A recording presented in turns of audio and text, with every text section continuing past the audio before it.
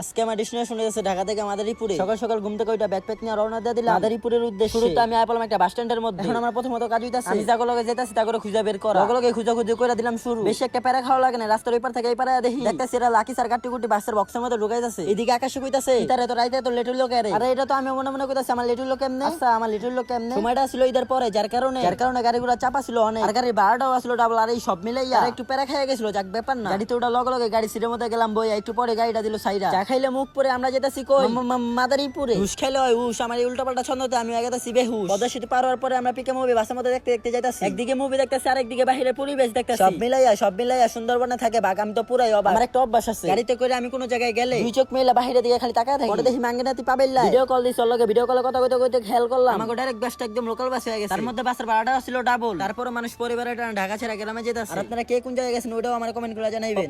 পরে আমরা মাদারীপুর, এখন আমরা আছি মাদারীপুর কালকিনি শহরের মধ্যে। আর আজকে ব্রেকনেসের কথা আর কিতা কইতাম, এটা তো আমার কালা চাহাটারে আরো কালা বানায় দিছে। পরে আমরা একটা অটোর মাধ্যমে যাইতাছি পরে বাসায় ফ্রেশ ট্রেশ হয়ে আবার রওনা দিয়ে দিলাম মাদারীপুরের মধ্যে পপুলার একটা ব্রিজ খাসাড়ের উদ্দেশ্যে। আর এখনো যারা আমার পেজটা ফলো করেন নাই তো সহকারে তাদের পেজটা ফলো করে কিছুক্ষণ পরে আমরা পড়লাম সেই ব্রিজের মধ্যে। সময়টা আসলো বিকাল, যার কারণে সানসিলেকের ভিউটা আসলো খুবই সুন্দর। এখানে কতগুলো ফটো শুট করলাম, কিন্তু ফটোর ভিতরে আমার দেখা যাইতাছে না, কারণ মোবাইলটা আসলে আমার না। এই খাসাড় ব্রিজটা আপনারা কারা কারা চিনেন এবং আইছে তারা কমেন্ট করে বইলা যান। সাজাদ ভাই প্রাইভেট জেট অটোরে নিয়া লগে একটা কালা চশমা পইরা এদিক ওদিক চক্কর দিতেছে। আও কাহিনী কি কুছ গড়বড় হে। আচ্ছা যাই হোক, আজকে ভিডিওটা এই পর্যন্ত, হয়তো আছে পরবর্তী আরেকটি ভিডিওতে। এই পর্যন্ত ভালো থাকুন, সুস্থ থাকুন, আল্লাহ হাফেজ।